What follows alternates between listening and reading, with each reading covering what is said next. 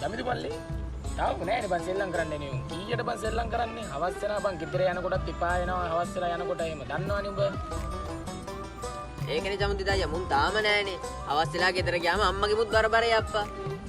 මුන් එන්නෙත් නෑ වෙලාවට.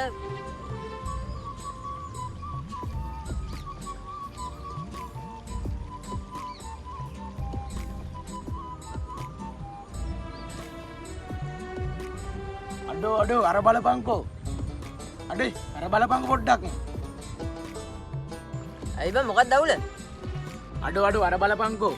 කොටා එනවා බං කොටා. සොත්ති පසිදු වෙනවා. බලපංකෝ චුට්ටක් ඇස් දෙක කරලා. අයියෝ කාටවත් වෙනවද බං? ඕක එන්නේ අපිත් එක්ක සෙල්ලම් කරන්න. අයියෝ කාවොත් ඉවරයි.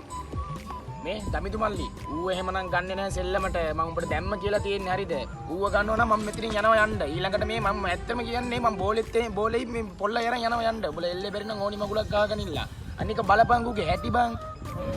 සොත්ති කකා අතකුත් නෑ බං. අනේ ඔය වගේ බං මේ දෙකයි පනේ මිනිස්සු අපේ සෙල්ලම් වලට හරියන්නේ නැහැ. අපි බං මේ පොඩ්ඩ මේ ගමේ බං කොන්ද කෙලින් තියාගෙන ඉන්නේ මිනිස්සුනේ බං. ඒ වගේ මේ ගත්ත බලපංකෝ මේ එනකොට දුරින් එන ගඳ බලපං ඌගේ. මේ බෝලේ දාපංකෝ බෝලේ දාපන්.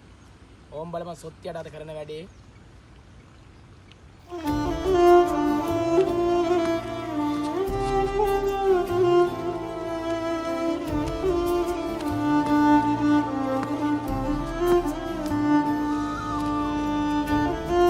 අයියේ ඔයගොල්ලෝ සෙල්ලම් කරන්න යන්නේ. අනේ මාවක් ගන්නකෝ.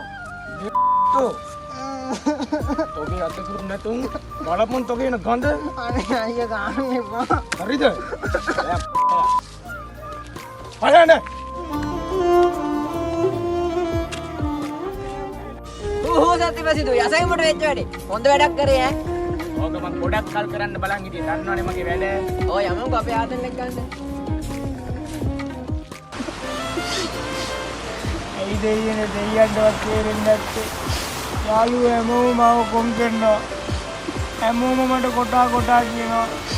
ඇයි දෙයියනේ මට විතරක් මෙහෙම. අනිත් අය හැමෝම සතුටින් දෙල්ලක් කරනවා.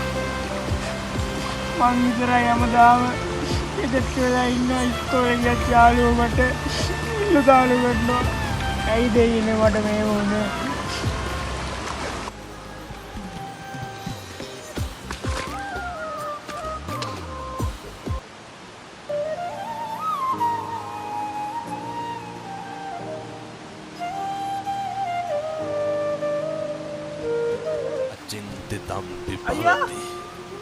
චින්තිතම්පි වෙනස්සති.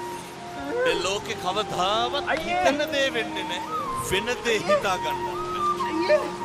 මේකක්වත් අපිට ඕන විදිහට වෙන්නේ නැහැ.